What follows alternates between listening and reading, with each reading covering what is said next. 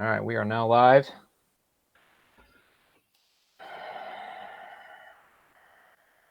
Well, we've been live for about 1 minute. Blake, have you guys won another state fair? Your crew? No, sir. Been a pretty great. Thanks. It's been good. Yeah, it's been kind of fun on track. Pretty interesting stuff. All right, if Congrats to you guys. if you're just joining us here, we normally give it a couple minutes. We'll start about 5 after. We'll really kind of get into the topic for the evening. But if you want to stick in the chat there or in the comment section where you're watching from, the state you're watching from, and what's going on, we always love to be back and forth and get some really good engagement. So, hi Jared. Getting wild on a Monday night. So Jared was my 4-year college roommate. Oh boy. So his kids are going to show. Poor Jared. Yeah, I know. Pray for him. He's got about 17 kids now, and they're getting ready to build him a new show barn, getting ready to roll. So I know where they can buy pigs. Northern California. Yeah, from Goss Livestock. Man, it's crazy. Sometimes we get in our own little worlds. It's show pig buying season down here in Texas. We live just a little bit west of Waco, and so it's just a crazy time of the year for us. And you get in your own little tunnel of that. This is only the only region that's in show pig season, and I'm sure it's kind of show pig season in other states as well. So let us know where you're at, and kind of one other thing I'd like to do. I spoke to Nathan about this is see if you can tag where you buy your feed, the feed store location, or if they have a Facebook page, tag them. And at the end of this, I've got a special treat. I'll send not only to that store, but also to whoever tagged them, and see if we can't get some engagement that way too. And we'll have something cool for you guys. Windy and always on fire. I hope you're not. Hope you got that under control out in California, man. Sounds like a bad deal out there. So hopefully everybody's staying safe out there in Oklahoma.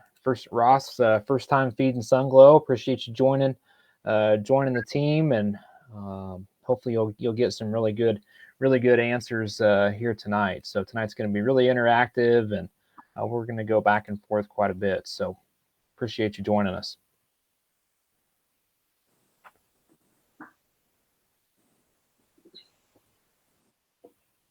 I wish we could add up. It'd be pretty cool to look back and see all the states that we've touched here in these Facebook Lives, man. It would be, I bet we dang near hit 50 of them. Mm-hmm. Hello, Mr. Chris. Appreciate you joining.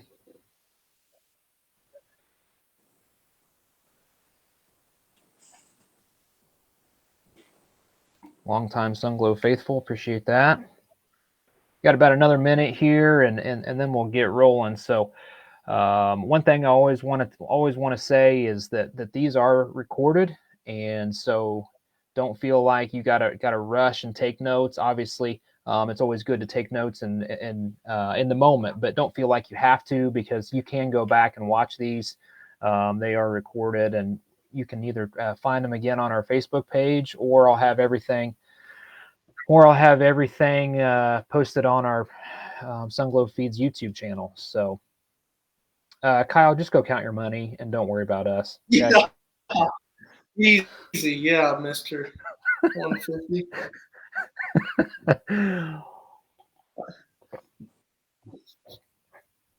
Tony Morris, happy to be here. Don't tell your boss.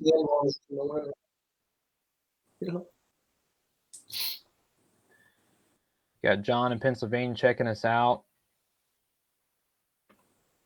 Lewis in Kansas, appreciate that. Rebecca, thanks for sharing. Brad, Missouri. So Sarah in Arizona, pretty awesome. Okay, it's about 5 after. We'll go ahead and get started. Ladies and gentlemen, thank you so much for joining our Facebook Live here this evening on the Sunglo Feeds Facebook page. My name is Nathan Day, alongside Brad Mabry. Brad and I are part of the Sunglo national team, and we're really excited that we've got the Blake Goss. He was able to sit down for about an hour. He's been so busy winning and selling pigs for $1 zillion that he actually took a little time here to join us. So we appreciate Blake, and we're thankful that that Blake's going to be doing some more stuff for us on the national level for Sunglo. So appreciate him taking the time out of his really busy schedule this time of year to join us. So if I were his mom, I'd yell at him to sit up and fix his posture, but I am not his mom, but I will do it anyway. So appreciate everybody joining here. The way that we're going to do this tonight, we've got five examples that we're going to roll through. So we've got 2 gilt examples and 3 Barrow examples, and we know that this time of year, especially in the Southwest, but truthfully, it's kind of all over the country in some ways. That there's lots of new pigs that are hitting barns across the country right now, and so we feel like these 5 pigs give a pretty good cross section of what a large population of show pigs is going to look like. So don't necessarily worry so much about it just being Barrow or gilt. Study more about what we're saying in terms of the structure of the animal, how that animal is built, and kind of what we're seeing from a maturity standpoint. So one of the things we kind of want to level set with is that we're going to assume that all these pigs are about 50 pounds. They've all come from a pig sale. They're all likely on some kind of sale prep or starter feed. So we're going to make those assumptions with every one of these show pigs before we really get started. So we'll go ahead and kick it off here. And we're going to start with a gilt that's maybe just a little on the edge structurally. One that, as we study the video as it gets rolling, you study her as she tracks away from us here. This one pushes the envelope just a fraction. So if you've been to any live sale or bought some pigs online and studied videos, I guarantee you there have been a pile of pigs that have been assembled and built that way because we're all human. We like to push the envelope.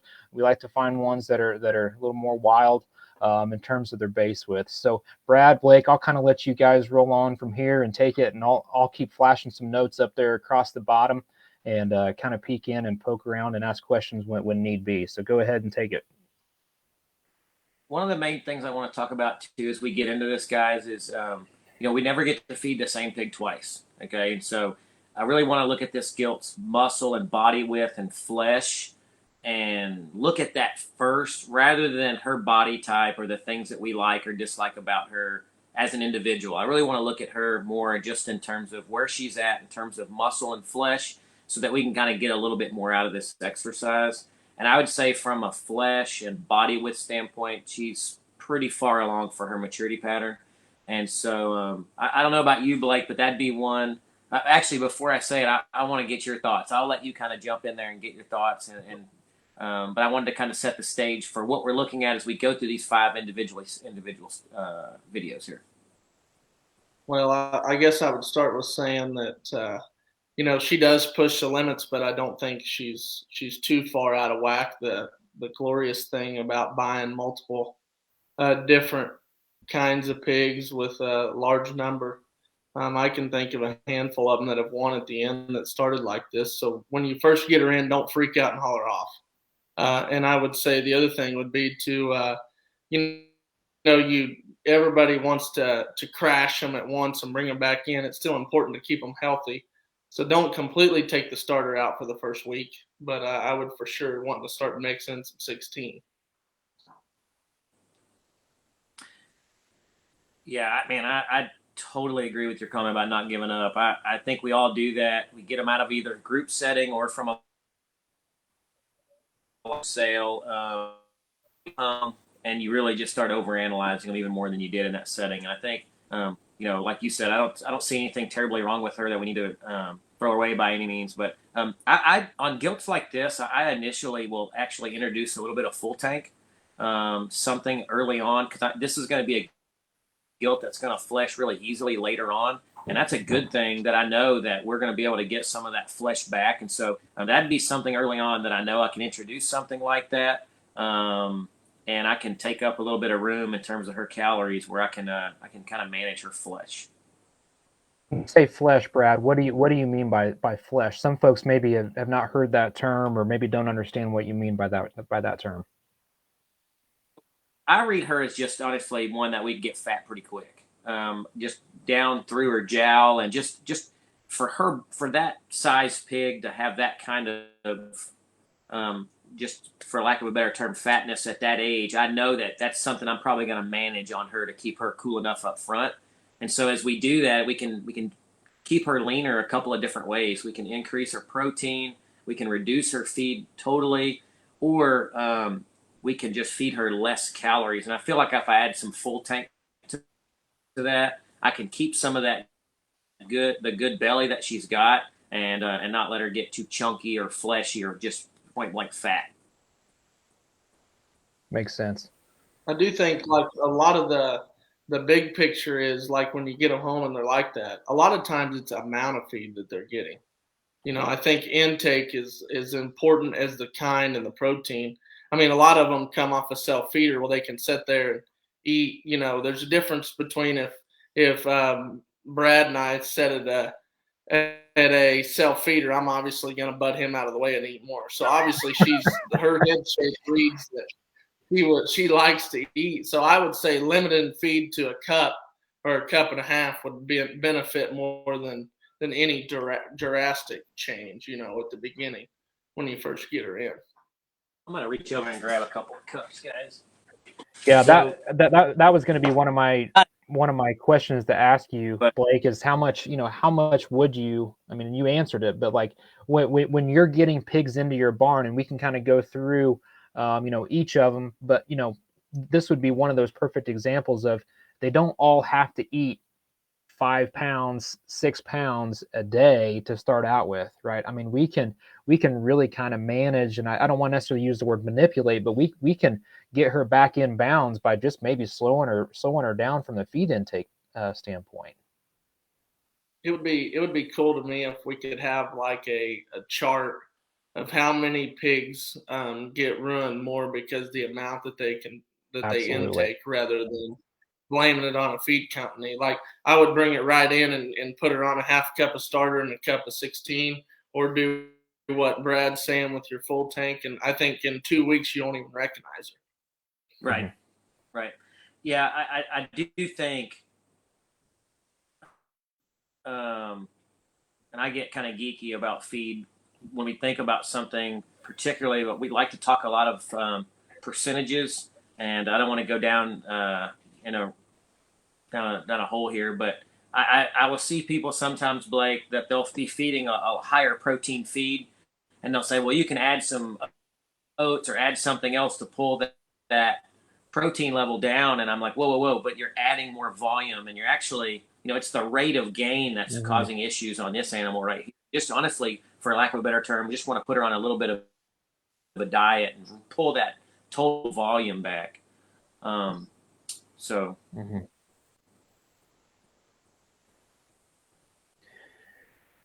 Yeah, I think this gilt really, and this kind of conversation sets the stage for the evening. I mean, this gilt. I mean, I guess let's talk some positives on this. I guess where do you see maybe this gilt's strengths? Because again, this could be used as a lesson on maybe how to look through and maybe sort out some baby pigs too. Because I mean, there's still a lot of pigs to be sold over the next really 2 weeks.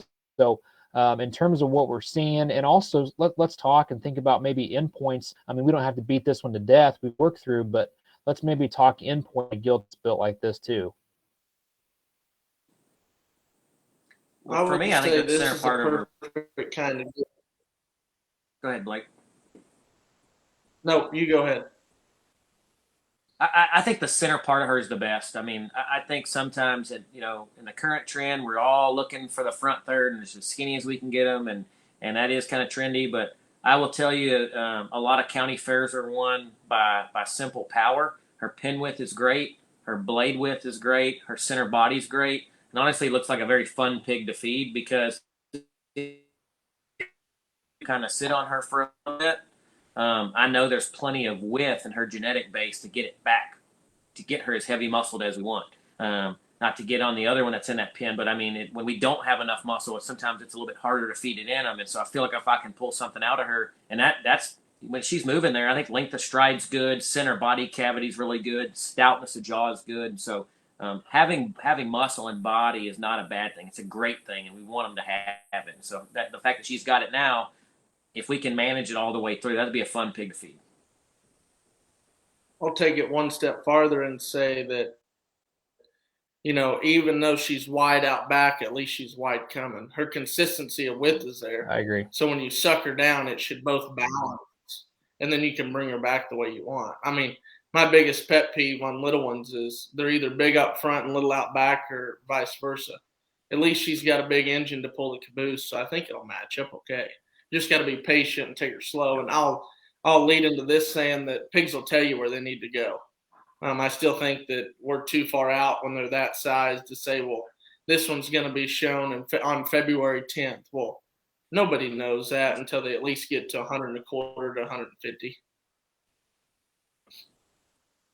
I think that's really something to kind of take a bite of right there. That what Blake says, the pigs will tell you where they need to go. Man, I can't tell you, like, you get tunnel vision on what you think they need to look like.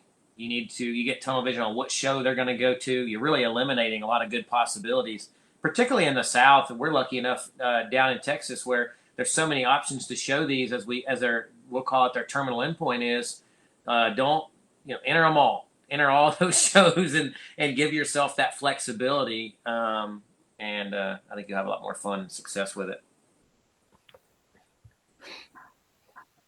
I'll take Jared's question. She looks a little stiff in the rear. What's available for mobility? Honestly, Jared, I'm going to agree with these guys. If we just pulled out a little bit of feed and backed her down off what's probably too hot of a ration for one that's built like she is, she's probably going to loosen up quite a bit. So in terms of a product that we would offer for mobility, in this case, it's going to be less protein and less lysine.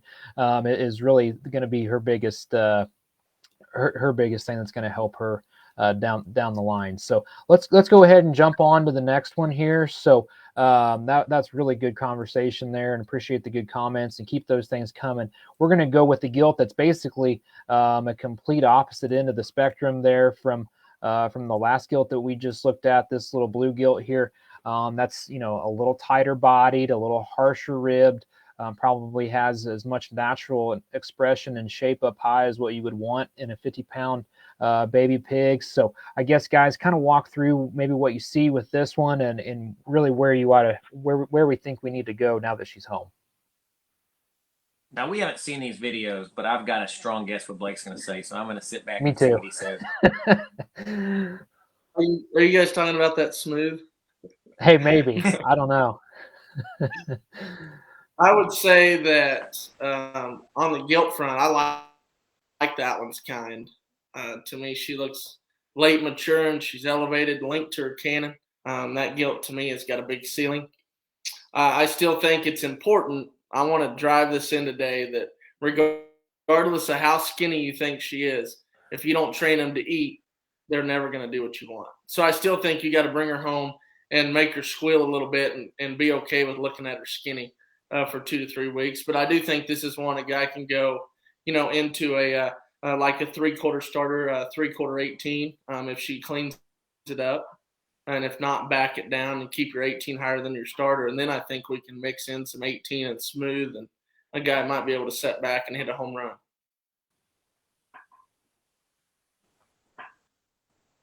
Yeah, I think so. There's a lot to kind of digest on what Blake said, and I want to take a couple of pieces out of that. And really, before we get in the let's just have a little discussion about trading weight. I think that's that's good animal husbandry. And I think what Blake's referencing, you can correct me on this, for you guys that are kind of getting started, when you get a pig home, that is the most stress they've ever been through. Most of them have been in a very controlled environment. Heat, wind, humidity, everything's been the same. Some of them have never left the same pen. And even though your barn might be better or worse than the one that's in this video, the fact that it's different is a stressor in their life, okay? And so anytime there's a difference or stress, some animals will eat more and some of them will go off a feed. When we say go off, a lot of people will just try to put as much feed in front of them as they can all the time. And that's the way they were raised, and they're healthy when you get them. The issue with doing that is we just can't monitor what they're eating. And so we don't know if they're spilling a lot of it or they're not eating at all. And if we do have a feed outage where they're not eating, we don't know it for a longer period of time. So what Blake's talking about doing is feeding 2 individual feedings, both morning and night, and giving them a time to eat that, whatever you think's fair on that, and then removing that feed from them and then coming back. Um, Pigs that have an audible response around feed, if they're squealing and they're ready, that's just like our dogs that bark around feeding time. It just doesn't sound the same, but our pigs do squeal before we eat, and they drop their head in the trough and get to eating. We usually wait around. We pull feeders, particularly the ones that don't eat. I'm yanking feeders, and I want them psychologically ready to eat. And so, Blake, is that kind of what you're talking about with training them to eat? Yes, absolutely. And I'll be honest, I've been in when Ty was showing, I'd go into the barn at 6 o'clock at night, and sometimes it wouldn't squeal till 7:30, so they wasn't getting fed till they started squealing. So that's, I mean, a lot of the same. I think that more pigs get ruined by getting to do what they want early, to not reach their full potential late. Mm-hmm. I don't get involved with a lot of the Facebook groups, but one of the most concerning things that I read on there is when a pig goes off a feed, they immediately panic and start offering things that are just not pig feed, cake mixes and other things. I think back to my kiddos that as they're growing, if they're not eating, I think there's more of a problem. I don't offer them dessert, and so I think addressing an issue, figuring out what that problem is. And so there is a lot of psychology that goes in this with pigs. And so I just want to take a second and break down what you said. Back to the gilt, you thought this would be a fun one to feed. And I tell you, the way you described her maturity pattern or how big she can get or how long she can take lean weight is really, really good to me because I think having muscle shape is a very good thing. It scares some people, and I think that would be a very, very good pick. Now, one of the things you talked about, and I want to kind of break into you a little bit, is you still have her on starter and 18G. Can you tell me, with a pig that's still got that much of an aggressive turn to her top, how you're keeping that protein high, or what we'd call a hot? Why are you keeping her protein so hot so early still? Well, I think that her most unique part about her would be her presence and her elevation. And I don't immediately want to take it all out of her. Personally, I like to keep just a little bit.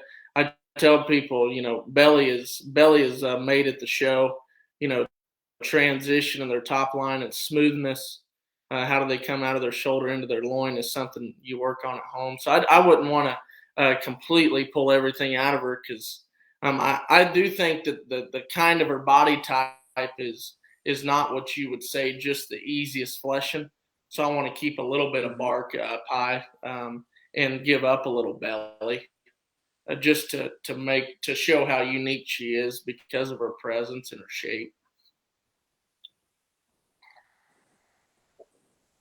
That's good stuff. Yeah. Okay. Well, I think we've got this one pretty well wrapped. I think we've got great information on her. Yeah, not a bad little show pig. All right, so now we'll jump into the Barrows. We've got 3 Barrow videos to go through. So this is a Barrow that's maybe a little earlier maturing. One that really is a little more similar to that. I don't know if the litter mates, I have to look at their notches, but pretty similar really to that very first gilt that we studied in terms of his rib shape and his center body, natural center body that he offers. So when we start talking about maturity is one of those words that maybe gets thrown around a lot without really maybe knowing truly what it is. And I think it's one of those that can kind of be used, I guess, to describe baby pigs, but really talking about maturity, a lot of times that just really often dictates our endpoint. So I think that's a good topic too. We don't have to get real deep in on what that term means, but I think there's some folks that are probably watching. I think it's almost one of those things that those topics or questions that folks are a little maybe almost too afraid to ask, if that makes sense. Like, I really don't know what he means when he's talking about maturity, or I don't know what he means when he says that one's quicker, or he says that one's later maturing. So if we want, I think it would be good to kind of define what that is just a little bit. I know we've talked about it some, especially with those other two gilts, but I think it's one of those things where I don't think we need to be afraid to really kind of describe what that is for some folks. Well, one of the things the way I look at maturity is their ability to take natural lean gain to a heavier weight. And so we can find some really big extremes in that where they never flesh or get fat and they're just always putting on lean body weight. And then we can find some other extremes where they're immediately getting fat without any lean gain at all. And so I would tell you from a maturity standpoint, he might be a little earlier, but I kind of want to know what he's out of. Like, I kind of looking at that dude and thinking like that'd be kind of a fun one.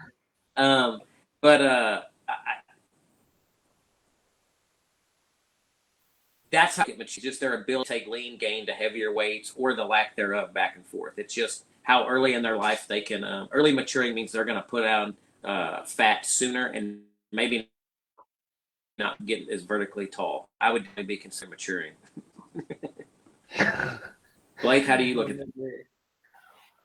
Well, it's such a fine line to me when you're buying baby pigs at a pig sale and talking about maturity, because ultimately, skinny pigs don't bring a lot of money a lot of times. So they're going to have to look pretty good when you sell them. But I would say from a buyer's experience, knowing the kind of barn that you're putting the pigs in. I mean, if you got a colder climate, obviously one with a little more bark is going to shoot up and trim up a little bit and be about right. Vice versa, if you got a warm barn, you can get away with a little skinnier look pig that's a little later maturing. So I would say, before we get too deep into the maturity thing, figure out what kind of pigs work best in your barn. It doesn't matter if your neighbor has a enclosed barn that's temperature controlled. Obviously, he can get away with being able to put on more cover and buying hogs that are a little leaner, a little skinnier. Whether if you got an open front, you're going to get a little more natural air, and you're going to get hogs. You're going to naturally get a little skinnier, and you're going to you'll be able to trim them up better. So I would say that you nailed the maturity part as a buyer. Figure out which kind of pig works best in the climate that you're going to put him in. Yeah, I don't think there's any magic perfection in terms of maturity either. I think there's so much feeding technology out there. And the better you get at seeing where that individual pig is at their maturity, when they stop gaining lean and start to kind of plane off. We got so much feeding technology for that last 30 days to extend lean gain that, or get them fat if they're not doing that.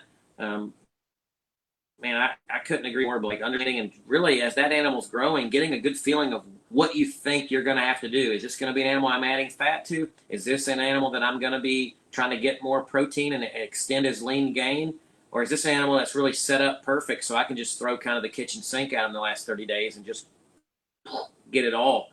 And so, that we don't just want to grow pigs in our barn. We really want to figure out what they're telling us as they're growing, so that we can really throw that body weight on them and get them hit them at their max potential at the right weight. We've got to leave a little bit of room. Pig individually, Blake, what do you think about him, and kind of where would you start him out? Pretty good. Let's even take a little bit farther. Somebody just dropped that in the barn. That's a pig. Where would you want him? Where would you want him at feed-wise? I would say on that particular pig, it results back to the amount. I still think to keep the top side of his neck and to keep him cute enough up front, a guy's still going to have to keep him on a little 18 at the beginning, just to see where you're at. Because I do think that, that pig, if he goes directly to a 16 or a smooth, we could get him a little plainer. So I would see what he does with about a cup of 18G and then go from there. Because I do think that eventually a guy needs to go to a coast on that one, or a smooth, vice versa, and maybe mix that in with your 18. I know that Coast and 18 have worked really, really good together for a lot of people. So I think eventually get to that, but I do think the limit feed thing and keeping his protein a little higher. And I'm being honest with you on this one, I wouldn't be scared to not do starter and do 803, just because he looks like he's an eater that's going to attack a feeder. So I would probably go half 803, 3/4 18G is what I would do when I got him home. Yeah. Yeah, and this is what would you do, Brad? I feel like I'm still learning, and I like full tank so much, and maybe I'm relying on it so much. I feel like I can keep rear rib in that animal with full tank, and then reduce the amount. You and I are looking at things very similarly, because I like to feed a low level of high concentrated feed. So I'd keep his protein up, but feed a very low level of it, and then I'd replace the remaining portion of his diet with full tank. The little thing about full tank I'll tell you is that it's not they don't love to eat it. I mean, it's about like Brussels sprouts, and I don't let my kids set the diet. Otherwise, they'd be opening the freezer door more than the goodie side where all the fresh stuff comes out of. But we train our pigs to eat full tank. I've got to give credit to Brandon Yanis on that. He really kind of put our family onto that. I probably didn't stick with it the first year because the pigs would kind of leave it. And then we started grinding it up in a little coffee grinder and train them to eat it. Now, I'd tell you about half of them love it, and half of them don't. But at the end, they all eat it. And so I'll maintain a freshness of fill and rear flank with full tank, and then I feed a low level of high protein. This is a pig that his going away view and that pin set would have me pretty excited. I'm kind of like Blake. I know at some point, to be competitive, this pig's going to eat game on. If he does that too soon in his life, I'm going to ruin him. I'm going to get him, I want to get him lean enough so that I can add as much bulk and mass down top, because that's a guy that looks like he's kind of playing for the top end of the show. We're not looking for a sale spot with that one. And so I think a lot of the product offer work very, very, very well. And so we've got to be very careful with things that are adding fat on a pig like this, because I think that looks like an efficient animal that's going to throw muscle or fat on very, very quickly. And so we got to get our timing right with him.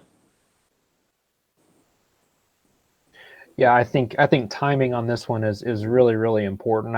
One of the things, not to work backwards, but one of the things that when you guys were talking about maturity that I was thinking of, that I think sometimes folks get it in their head that to win the show you have to weigh 270 or 280 pounds. That's not always the case, right? Honestly, I would much rather see, and I tell people all the time, figure out as you're, feeding and, growing that animal, you need to start thinking about what that animal's peak and what his perfect weight really is. And on some pigs, they look best at 240. Some of them look best at 230. Some of them look best at 290. So make sure you kind of understand where that animal is going to look its very best, and don't just shoot for a specific weight just to be a specific weight. I think we kind of get lost in that they have to be a perfect weight, to win the show. And yes, obviously they have to be in fighting weight most of the time, but make sure you understand and really know. I mean, learn from the breeder, learn from, your feed folks that you kind of rely on, or the folks that help you get there, to be talking about what we think as we're growing this animal along. And that's for any species. It's not necessarily just pigs, but be thinking about what the best way that animal is going to look 12 o'clock. So we've got a couple questions over here. We'll go to this one here that Michael had first. Would you say because she flexes a little more than the first gilt, this is a he, but that he can be fed a little starter along with the 18 when you get him home? And then, I think we kind of answered that. Yes. I mean, this one could probably be on just a shot of that to start. Anything you need to add there, guys? We'll jump down to the next one. I love 803 for that one. You nailed that one. Yeah. And if you're not familiar with 803, I mean, 803 is essentially our sale prep feed that often guys are using either for, selling baby pigs, but we really see a lot of use out of that feed if you want a jackpot, or even towards the end when you need a little extra bloom and a little extra punch up high. I mean, that stuff's pretty neat. That's a pretty good feed. That's got a terrible name that is underrated probably within our lineup.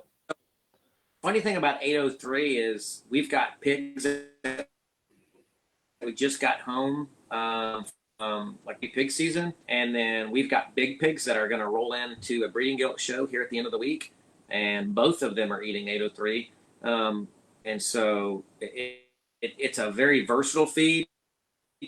We eat that, I would say, more in short bursts than we do for long periods of time, for different reasons. Did you see Dean's question down here? I loved it. Yeah, he said, I do too. Yep. Yeah, I love this question because I'm probably really wrong in saying this, but I feel like I'm right, and I feel like show pigs, you got to have a good feeling about stuff. And I will tell you, in my opinion, there are breeds of livestock that are trying to get fat, and there are breeds of livestock that are trying to get skinny. My experiences with Berks is they flesh or put on fat very, very quickly. And if this was a Berk, in my opinion, I would not be introducing a lot of fat to him because I'd be getting him really lean so that I can't something like that. Nathan Day, if there was a Berk man in this, it would be you. How do you feel about that?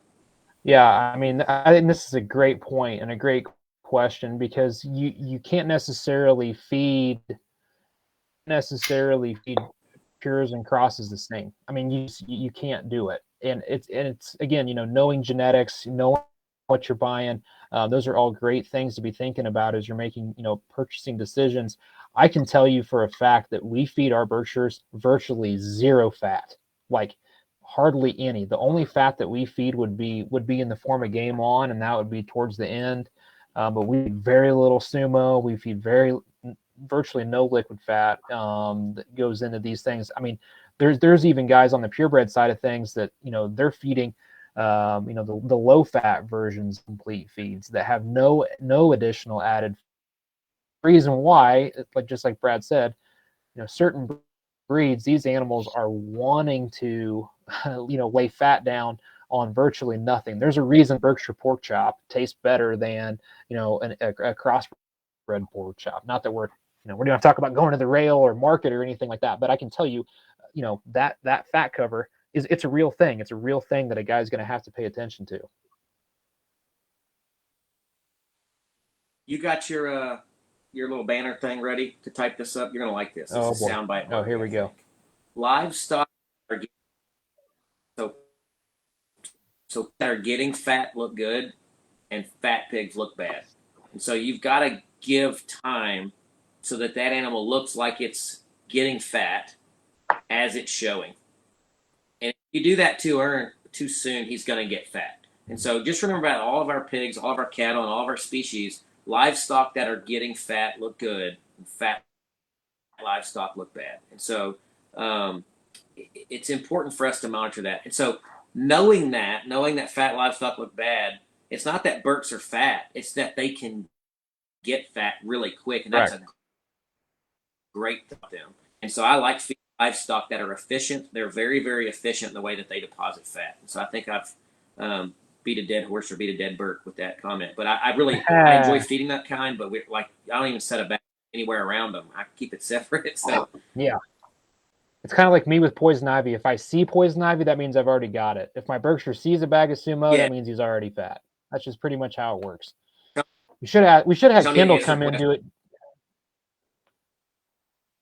So I do want to. I'll jump to Lewis's question real quick. I think that's a great one for the end. I think we're going to cover more of our supplements more towards the end there. Tony, we'll jump to yours. If you want to jackpot that Barrow with 18G and full tank, keep him a little slicker in his head and neck than going right to coast. That's a good voice. So I would, and I think this is where we have a big range of use. I mean, Blake, you don't have to, I don't like, I'm one of those people there's products of ours I feed lots of, and other ones that I just, for whatever reason, the pigs that I feed don't utilize all of our products. Blake, are you somebody who uses full tank or no? No, I don't use it as much. I mean, I have. In early stages of life.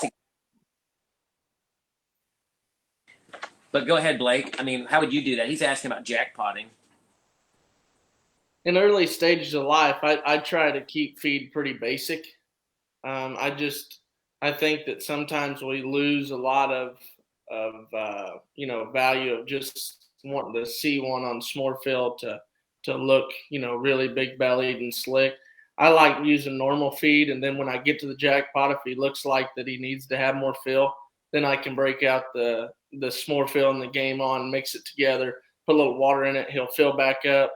He goes home, and then he looks back normal, but you still got a chance to win the show. This reminds me of an interview that we did back at Indy, and Tony, we're talking to a guy who didn't take two gilts out ever for a long time, and then went and won a national show. So the jack questions fall on deaf ears with Blake. He likes keeping him kind of at a different pace as he's going for one show. But on the top corner of this is we've got young kids. We jackpot a lot. I don't know if we're going to do that in Texas as much, but I know how hard it is sometimes to keep those hogs ready and travel ready. And so on a barrel like this, I think you've got it. I think your comment, at least the way I would do it. Really, I can tell you what's happening is Tony buys some pigs from us, and I kind of help him a little bit, and so he's probably really questioning what I'm telling him, and he just wants to get your guys' opinion. So that's really what's actually happening here. He would never say that. Good. He's a nice guy. That leads into a very, very good point, though, Nathan. You gotta trust the guy who's feeding for you, and just know that he's got a plan. Man, that is something. As I know these are fun. They're fun too, and I hope you guys don't feel that are watching that we're just trying to sell you feed or to give you advice. No. But man, if you want a piece of advice, I'll give it to you. And that is, I want these to always be very open and honest and feel like more of a discussion. I was at a baby pig sale this weekend. I was asking my buddies all different types of questions, and I think you're either a learner or a knower in this thing. Just a knower, you're probably not going to have very much fun or do very well. And so you can tell. The one thing that I would give you advice on is don't ask a whole bunch of people the same thing. You're going to get different answers, and you've got to pick one of those and test it out. So the truth is if I was feeding this Barrow right here and I got him from Blake, I trust his opinion enough to where, despite my own biases, I'd probably feed him the way he wanted to learn something from it. So be careful getting all three of us. I think you need to look at this to understand it's probably a lot of ways to do things, but I want you guys to be comfortable with all the feeds and the additives and understand how they work and really build a plan around that animal versus just trying to throw everything in and not having a plan. If you are going to jackpot him, I'll throw this in there. If you do want to jackpot him and you want to keep your feed the same at home, just start you about a scooper for sure, 48 to 72 hours out in his feed, and then you'll be golden. I could not agree more. So our Iowa jackpot pigs, when we were in Iowa, we would start for sure scoop the dry. Don't even get them to drink it yet. We start that on Thursday night feeding all day Friday, and then at the show on Saturday, and we take it off. I mean,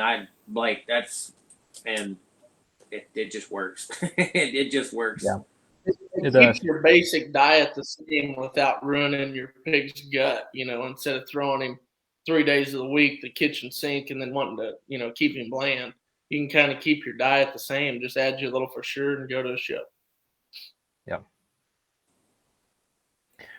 All right, let's jump to the next one here, guys. We have got a Barrow that I described here as one that's just a little more middle of the road.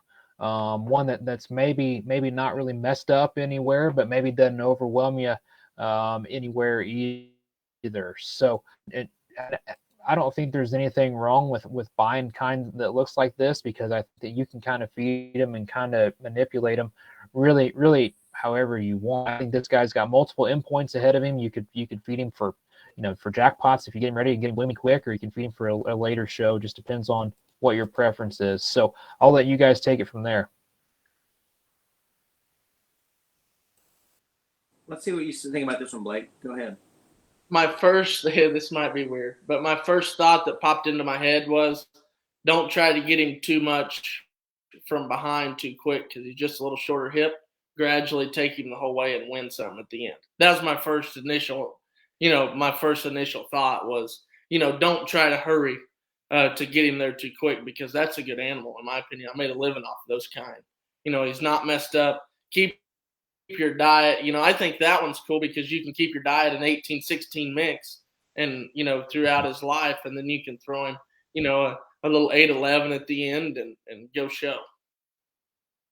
Yeah, and I think what's cool about this pig really is his back shape is so good, and then his rib shape is still good. I'm not add anything. I'm looking at him, and we've got when we're making feeding changes, we're either trying to fix a problem going away, or fix a problem in the middle part of their body. Either doesn't have back shape, he doesn't have belly, and a lot of feeding changes come around that. I can't feed him a lot because he's going to bow, or he doesn't have enough back shape, or he doesn't have enough belly, and that pig just needs to get bigger. Now, I will tell you the first thing that hits me, kind of like Blake said, length of hip, length of stride. The way he's chasing that flag in that video, I mean, that length of step's not going to help him out of the jackpot show too early. And so, I mean, honestly, the main thing we'd be focused on, that'd be a pig we'd get broke real quick on the yard and be up in the tempo and seeing kind of what he can do from a pace standpoint. But as far as feeding changes, I mean, I 100% agree. I'd be mixing 18 and 16 and just kind of roll him on down the road until he presents some other. I mean, that's an easy feeder to me. Yeah, and get you a little s'more fill in there if you think he needs a little more belly and roll. Yeah. Yeah, this is truthfully, there's guys often try to chase extremes, right? But really, we probably ought to be focusing more on more baby pigs that probably look like this one because you're going to stay out of the ditch, 9 times out of 10 instead of getting too wild. Yeah, but he looks like everybody likes cool pieces. I like. Say it again, Blake. He looks like an all-day sale maker down south. There you go. Yeah. There you go.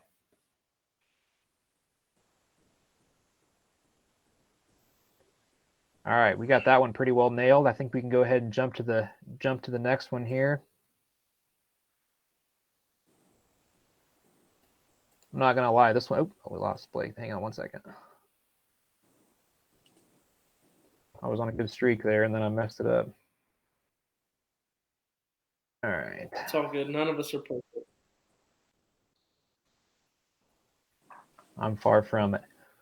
All right, this one's probably the one that I was most excited to talk about because this is one that's definitely has a great skeleton, really loose made, one that can go all day, but just a little bit skinnier, a little bit greener. This would be one that I think we could all agree on. This one is later maturing. When you talk about later maturing, I mean this is that type of a Barrow that's right here. So this is one that of any of them that we've shown, this is my favorite pig that's popped up. But I want to get Blake's views and his thoughts on what he would do with this one. Buy him. Would be the first step. The second step would be get him in a good home and then feed Sunglo. What more do you want than that, man? There, Nathan? No, on a serious note, that's a very good pig. I keep watching his video and then I look at Brad's face. He's in tune too. I think that this pig to me is. I want the champions to look like that. I hope they do. I want them to look like. Tell me the 51 state fairs you won this year. All of them. You're such in Puerto Rico this year.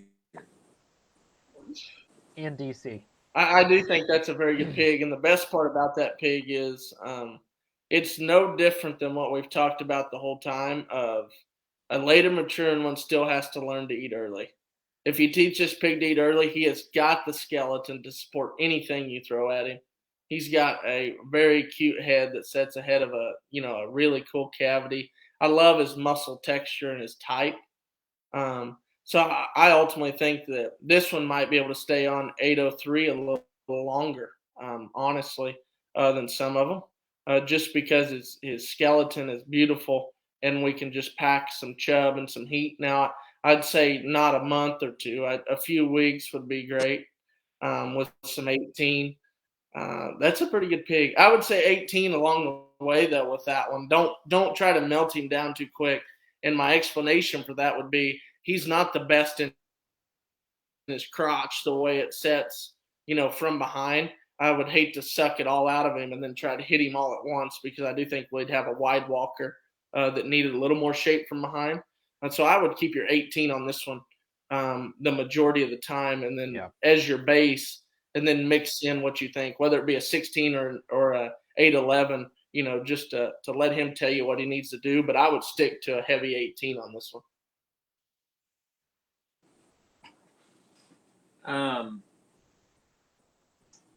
So I like to kind of, I don't know about you guys. I saw that meme where it talked about sometimes I just sit in my barn and stare at my pigs. What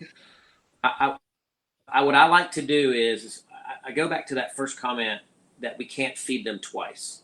But what we can do is look at different livestock and say, okay, if this one doesn't turn out, what's he going to look like? Okay, if this pig doesn't turn out, he's just going to be narrow, right? I mean, that's just the truth of it. If this guy never gets enough, well, then he's just going to be a pig that we all just guessed wrong on. We loved his skeleton. We loved his look. A lot of hard things to make. At the same time, though, we don't need to. My wife is cracking me up right now. Okay, so at the same time, we don't need to hit the panic button on this animal. And so if this is an animal you're going to say, oh, you just need to go around the feeder and we're going to throw him everything we can, we don't need to do that. I 100% agree, Blake. We're going to get this guy home and throw him on 803, and I'm going to watch, right? So I don't know if I picked him up from a breeder, I bought him from a live sale, I picked him up in the Duncan sale parking lot, whatever it is, I don't care. Wherever I got him, somebody dropped him off. He was in a big pen. This could be the heaviest muscle genetic animal that we've seen tonight, but he was in a pen with all the other ones. And we get him home, and 7 days from now, he's stoutest, or 14 or now, he's the head muscle one of all of them. And so the main thing is going back to Blake's original comment, let these pigs tell you where they're going to go. If this guy comes in with a big appetite and he's eating 803 and his back starts to square up and his pen starts to spread, he starts to get a little denser and heavier muscle right in the seat of his pants or the lower part of his hip, I'm getting real excited about this dude real quick. If not, I'm probably at that point going, okay, I'm hoping he's got a big appetite, but I'm upping the volume of feed that I'm feeding him. This is not an animal getting any kind of fillers to. He's not getting any kind of stuffed or full tank or anything like that, because right now this dude just needs groceries and time.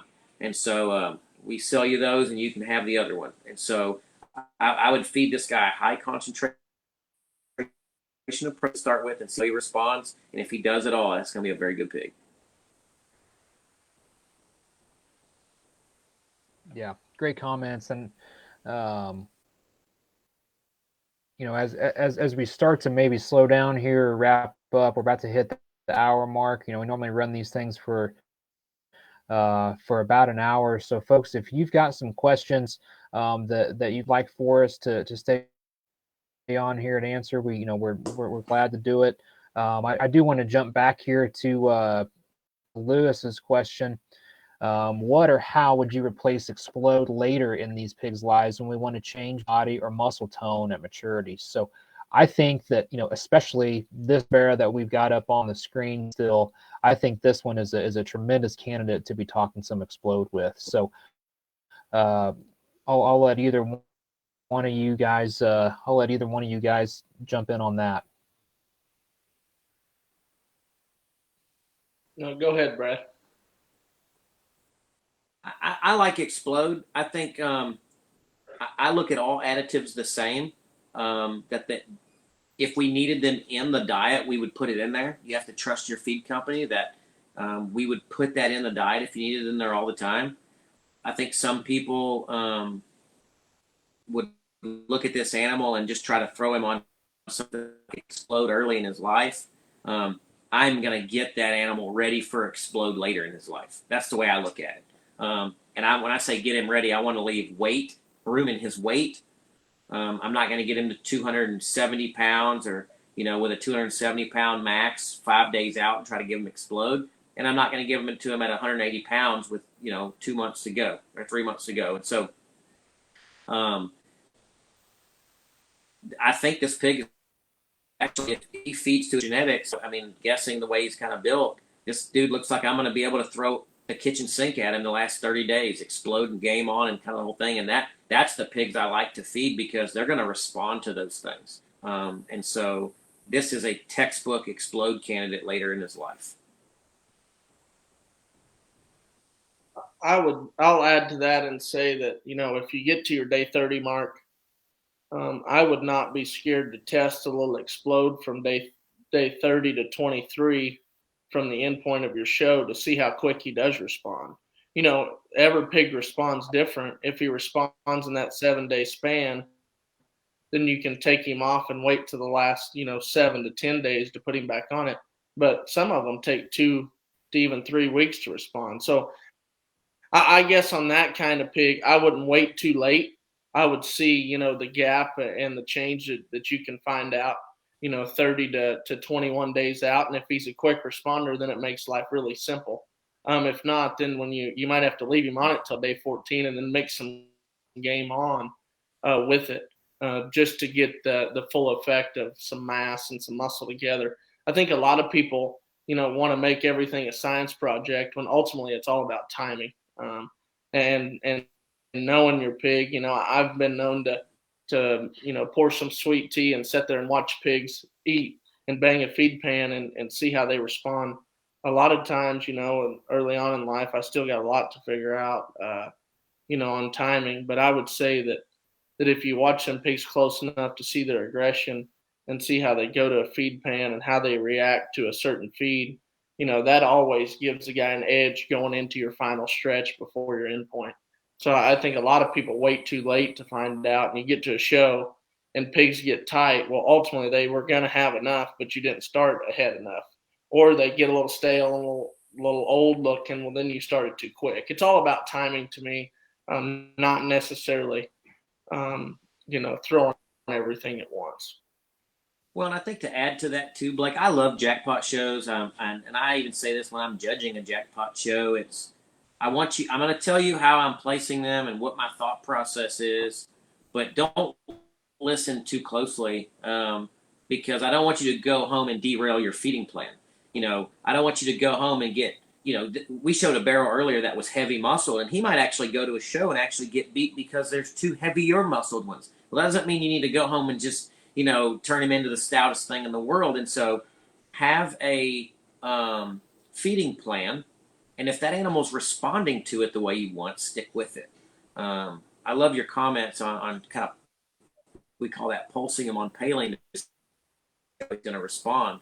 And I do think pigs respond to it so differently. Some of them do take a long time to respond. And I don't know about you, Blake, but I've taken pigs off of paling and they're still on it. Like it's still in their system. They're still responding to it for afterwards. And so, I've seen some pigs maybe like that Barrow before that I would kind of hit them with a little bit of paling. And I mean, 2 days later, they're really starting to open up. And I go, oh boy. And I take them off and I still see some effects of that accelerated, lean just for 3 or 4 more days. And I'm like, oh, I mean, I'm glad I know that now because I didn't really don't want to be traveling that 2 weeks, down here and not see it and come back and have a problem on your hands.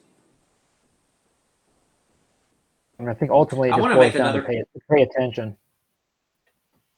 I don't want to run us too long, but I want to make a quick comment, and Blake, as we kind of wrap this up. Guys, we're getting our pigs on feed right now. Okay, and we sell feed and we sell feed products, but I want to get you guys a great experience. There's nothing more than y'all can do better to make our feed company look good than monitor the health of y'all's pigs. I think right now is the most crucial time to have in the barn, and if you bought one from Blake, he's going to tell you the same thing. Spend some extra time in the barn and listen to them, watch them. This is a very, very critical time in that animal's life, and this dude right here will save your life. We brush break our pigs when we first get them in, and we get them calm and relaxed and kind of understand what their little personalities are and understand what their kind of cadence of their barn activity is and just how they're acting. That way I know when something's off quickly. We don't put pigs on feeders because I want to know when they're not on feed. And I will tell you, if you get anything from this video tonight, I hope you feed our feed, but more importantly, I hope you guys have a great experience feeding your projects. Make sure you guys are monitoring health and you've got a plan with your vet or your breeder to know how to respond to a health problem. It's very, very, very important because we really want you guys to get started off great. And healthy pigs make our company look really good. Yeah, very, very good point. We'll jump into a few more. We'll take a few more questions here. Hunter's question, it might get cut off here when I blow it up on here. But basically, we're going to show one at 260, 270, try to have her maxed out for that show, and then show her again 30 days later, and maybe try not to get her much over 320. So how would you try to manage trying to max one out, at 270, and again, try to pull her back off and then try to have her look back 12 o'clock again at 320. So this is definitely a challenge, right? I mean, everybody's trying to make him, it's hard to make him look perfect 2 times. But I do think that this is something that people do try to do quite a bit. So Blake, I'll let you roll with this one, man. You've had as much success with big ones as anybody.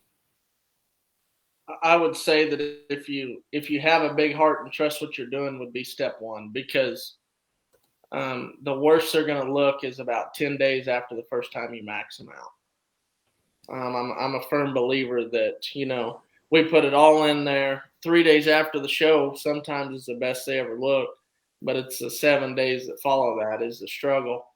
So I would tell you, a cup of s'more fill and about a half cup of feed until you get to, I would say 10 to 12 days out, and then you can go back to your normal feeding.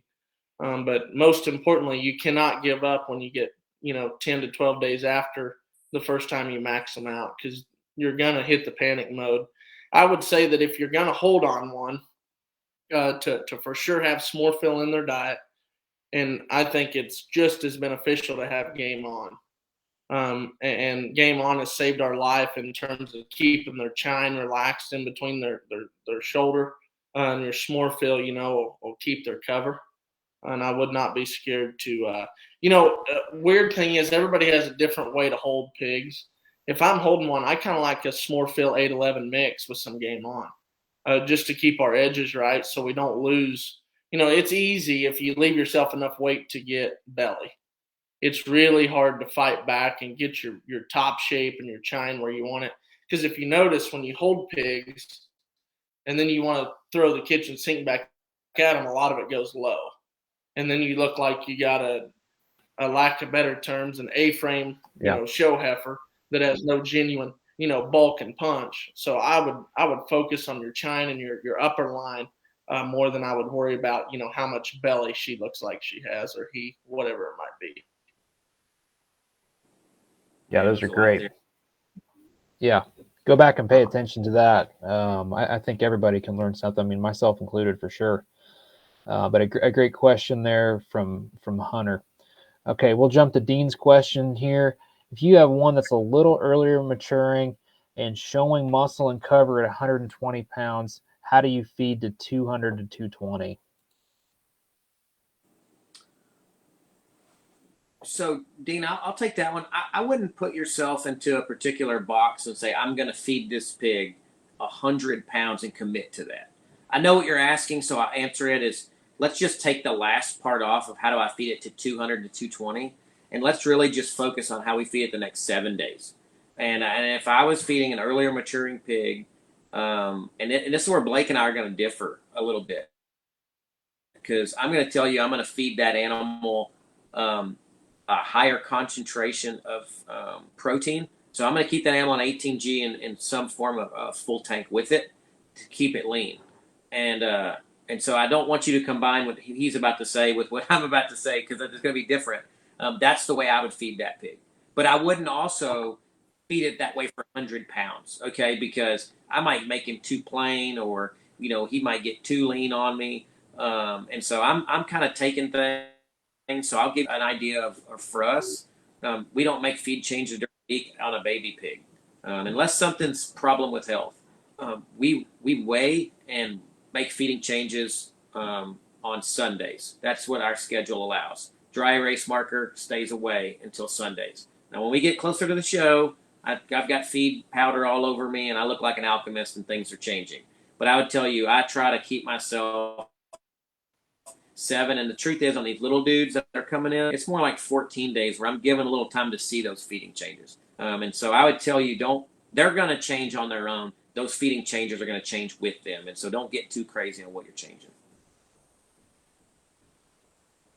I can get behind that. Consistency like is very important. Yes, volume feed is more important at this early age.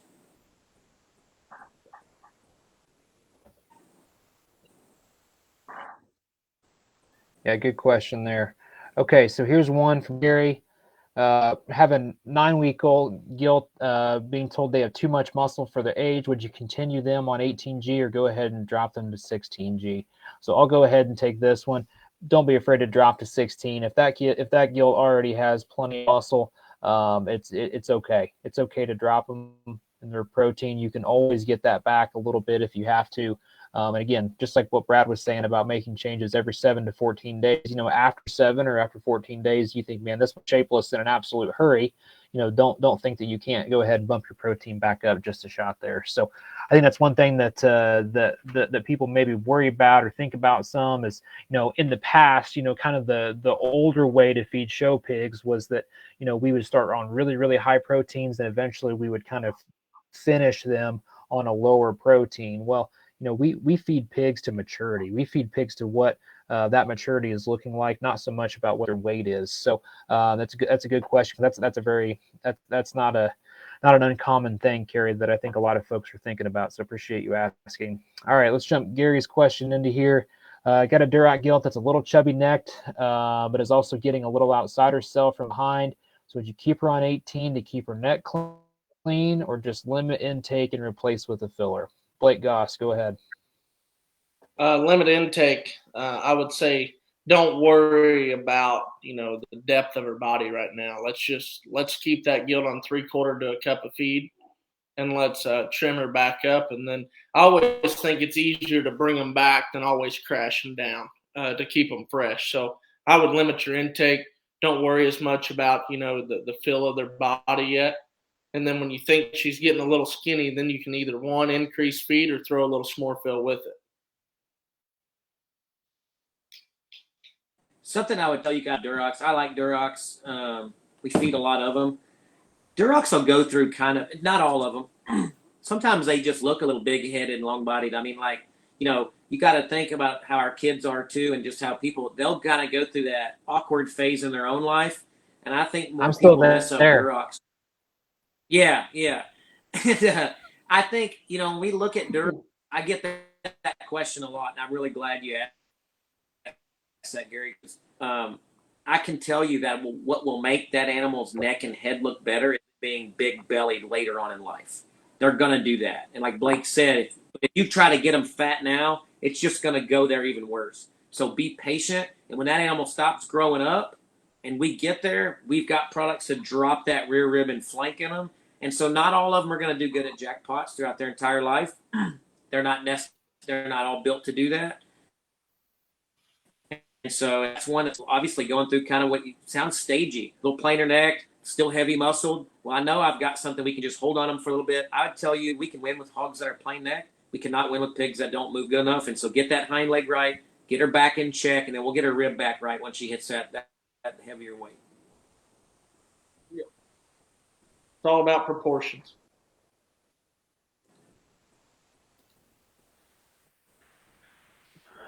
All right, this is our last call for questions. So it's getting a little late. We've still got a good number of folks that are watching with us, so we appreciate you hanging on after an hour. So if you've got questions, man, we'll take 2 more. So, man, Blake, that's right, Gary. That's good stuff, man.